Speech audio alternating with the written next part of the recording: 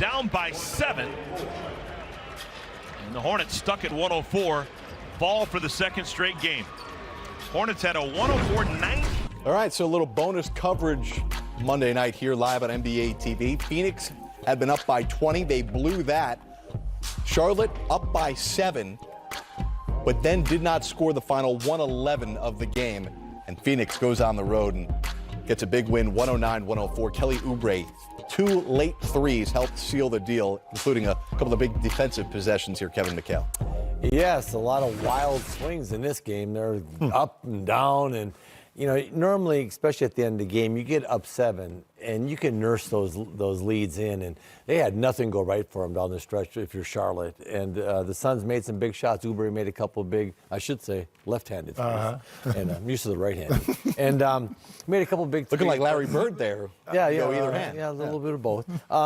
But they made a couple of big threes. That, boy, if you're Charlotte, you just can't afford to just give these games away. I know they're young, I know they're learning, but man, I tell you what, those are tough learning experiences. Is it a positive or negative though? Because they are so young, didn't have any expectations this year, and they're in all these games, but they have a propensity to lose most of these games. From Charlotte's perspective, right? Yeah. I mean, well, first of all, what you want to do is be competitive. Are you competitive? Is the first question. And yes, Charlotte is competitive, but when you have a young team, in particular in the backcourt, a lot of times decision-making in late-game situations, you know, will come up. Decision-making is a premium in late-game situations. When you don't have that experience, it comes up. So, but I want to say something about this Phoenix team. A situation here where last year maybe this is a game they lose from a mental perspective, okay? Defensively, they locked in. See, they made the play at the end in order to really get a steal, take a possession away from Charlotte. This is a learning experience for this Phoenix Suns team. Up big. We give it up, but yet we fight through, do the little things to walk out of here with a much-needed road victory. Monty Williams has got the Phoenix Suns playing really hard. Yes. All credit to Monty. I asked you a question, JJ. I said, who's Charlotte's go-to guy? Who are they going to go to? And you looked at me and said, I'm not sure. And so I think that just goes to show they're so young that you can't even name a guy.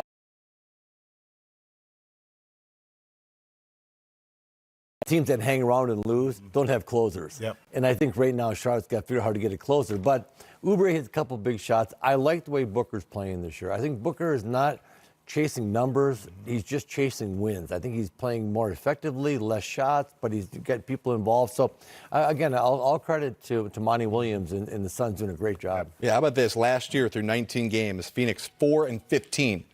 This year, 9-10. Yeah. Big improvement from Monty Williams. We got much more as we get set for the Kings and Bulls coming up at 10 Eastern here on NBA TV. We'll check in on what's happening with the Pacers and Grizzlies. No Ja Morant again. We'll get you the very latest on that 75-66 ball game. NBA TV as we get set for the second game of our doubleheader, which will be Sacramento and Chicago. Take a live look on what's happening around the NBA tonight. Indiana in Memphis, as I mentioned right before we went to break. Still no Ja Morant. He's listed as week to week with this back injury that we actually saw last week here when we were checking in on the Grizzlies. He hit a cameraman in the back. So Ja Morant out right now, 75-66 the score. And T.J. Warren continues, guys, to be a real pleasant surprise as we take you out live now to Memphis.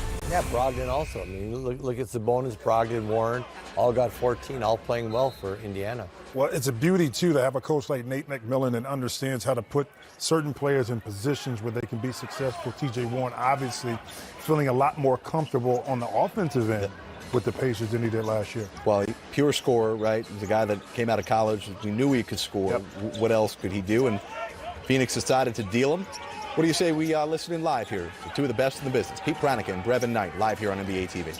Holiday misses that three. Grant has to take that foul. Not just the points, but it was the momentum. That was a big momentum offensive rebound putback that could have kept these fans involved in. Because of the switching defense, Miles Turner now has a smaller player inside. I'm trying to figure out why they're shooting. I don't understand that. Why are they shooting the ball? Well, the Grizzlies only have 3 team fouls. Yeah.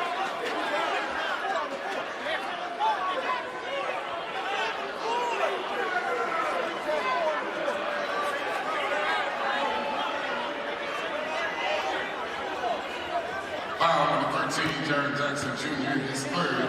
Grizzlies' third team foul. Ken Mauer telling Taylor Jenkins, you got it, you got it. This is not a shooting foul. It was a loose ball foul. For some reason, Indiana lined up at the free throw line. You're doing free throw. He's going to line up so you fool him. Yep. And Turner's going to get a free throw here on an and one. Foul on DeAnthony Melton. Turner a good quarter. He's got 7 working in the period and a chance for 8. Good patience that time by the Pacers, being able to wait out the switch and then be able to throw it over the top to Turner.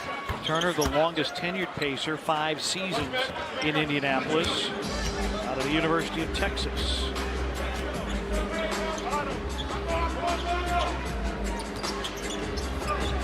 Big question for them was, are you going to continue to believe in Miles Turner moving forward, or was there going to be some type of friction where they could work together with Sabonis? Melton missing a 3, and Turner claims his 5th rebound of the game. Yeah, that was the big storyline last year. Can he play with Sabonis?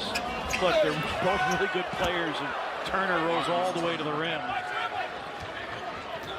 I think the Grizzlies' partner just relying too much on the three-point shot here as of late. Jaren hits that one. Grizzlies with 31 attempts from beyond the arc. 31 of their 60 attempts have been from downtown. Jaren with 12 in the quarter. It's another 20-point game for Jaren, his 7th of the season. Aaron Holiday steps to the three-point line, and a rebound Melton. All right, so Pacers up 11 right now. Indiana off to its best start since the 15-16 campaign. They are 12-7. We'll check back in Memphis in a couple of moments as we take you around the league. Last few moments in Atlanta, where the Hawks on the verge of ending a 10-game losing streak. And what's the tonic there, Kevin McHale? Ooh, the tonic is that nice little safety blanket called the Golden State Warriors. You snuggle up to it, lay down. It's like your favorite little stuffed bunny rabbit. You know, you put it in the bed with you, sleep like a baby, baby. And who would have thought that the elixir was having the Warriors come to town, exactly. Okay, to get a W? They Feel good usually about put yourself. it on you so bad for years. Like, if you want to feel bad about yourself, play Golden State. Yep. Now, you want to feel good about yourself, play the Warriors. Yeah, well, they better get it in now, because once they get back healthy, and depending on where they end up draft-wise, they figured out a couple guys on this team that can play like Eric Pascal can really contribute. Get your lumps in right now. Well, look at that big-time throwdown right there. I said it all along. Their goal, once Steph went down, was, can we have the worst record in the league, but play really hard doing it. They're on their way to get it. They sure are.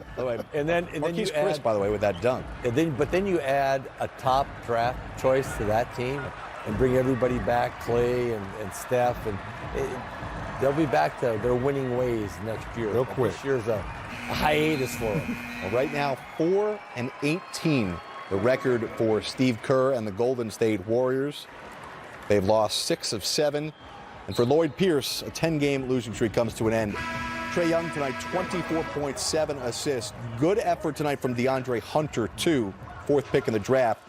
18 points tonight on 6 of 14 shooting. Well, it's all about, again, consistency with DeAndre Hunter, trying to figure out his niche. And Kevin, you know, sometimes for a young player, what's that timetable when you really get to that point where you're comfortable in what you're doing on the court? Sometimes for some guys, it happens right away. For DeAndre Hunter, now maybe it's the 3rd of the season, he fills it out, but you can tell he has the skill set to be one of those players that can help this Hawk team kind of usher their way in and get some W's. Yeah, no question. And a big part of it, too, is it's hard to learn when you're going through 10-game skids. I mean, because you're out there, when you're winning and being around that culture, it's so much better for a guy like Hunter to be around that. But I'm interested in Hunter. I liked him coming out of college a lot. I really wanted to see him in the NBA and how he fit in. So maybe getting, like you said, Jimmy, a little more comfortable right now. All right, we got another game coming up live on NBA TV in about 20 minutes from now. Buddy Hield and the Sacramento Kings welcome the Chicago Bulls, second half of our Monday night doubleheader. Come back. Coming up top of the hour right here live on NBA TV. Zach LaVine averaging just a shade under 30 points per game over his last 5. What do you say we go all access behind the scenes with Zach LaVine? I'm going on my 6th year, which is crazy. You just start to see things and develop different leadership traits that you can build into. Here you go, LA. Here you go. It starts here on the court. It starts with working. I got ball.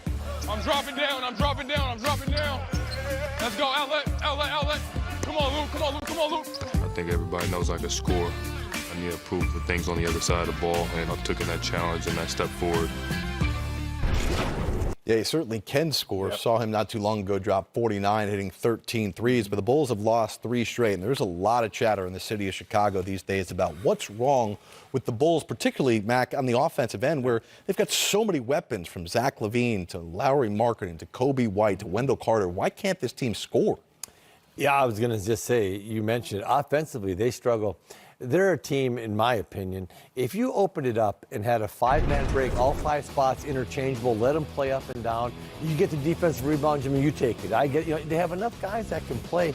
They just seem offensively like they don't attack enough. And you got to play in space. You got to play in open floor. Today's game, it's as much space as you can create.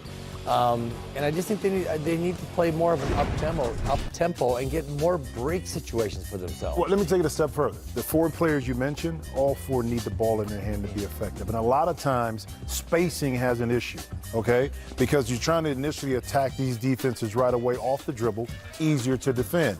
If you were able to utilize those talented players in different positions on the court, where now they're cutting backdoor, they're getting layups. Now they're not trying to beat their guys one-on-one. The spacing, the timing, all of those little things, I think, joined together is why the Chicago Bulls, even with that talent you talked about, struggle to have any kind of continuity offensively. This is the guy here that they want to get going in Chicago. Remember, first game of the season, 35 points, looked great, but since he's really not had himself any sort of rhythm. He shoots 28% from three-point territory, the one thing we knew he'd be able to do pretty well in the NBA. Yeah, make shots is what he was known for coming in. But again, Jimmy made an interesting point. You got a bunch of guys that like the ball. That's why, as a coach, sometimes you say, whoever gets the defensive rebound, push it. I promise you, those 4 guys will be fighting to get that defensive rebound because they want to be able to push it down there. And if you can get these guys out ahead of the ball and advance the ball and let them play against broken floor situations, if you have a lot of guys that can play, that's perfect for them. Look at LaVine. He's hard to guard in any kind of open guard. Markkanen's clever. White shoots it well, so you can fill in behind him. So they have the makings of a team that should be able to score, but their offense, sometimes I watch them play and I'm like, ooh, their offense struggles. We talked prior to our first game what to expect out of Utah after getting humiliated the night before, right? And we saw what happened. How about the reverse situation here? We've got Sacramento coming in after a signature win. They went and beat Denver, and this is a team who started 0-5, and then since they're 8-5. So how do you build now off of beating a team that many predicted would finish first or second in the conference?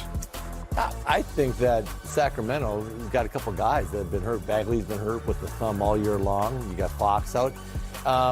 They're really set up. When they're making shots, Buddy Hield's making shots. They run. They got